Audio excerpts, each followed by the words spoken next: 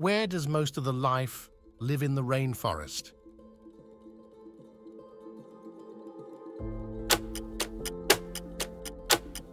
It's option 3, in the trees.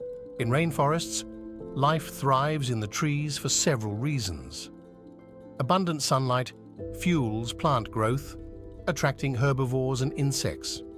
Trees offer safety from ground-based predators and ideal nesting sites.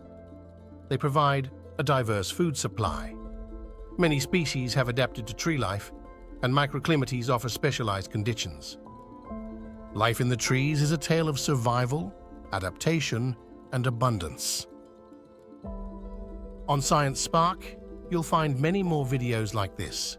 Subscribe now to show your support.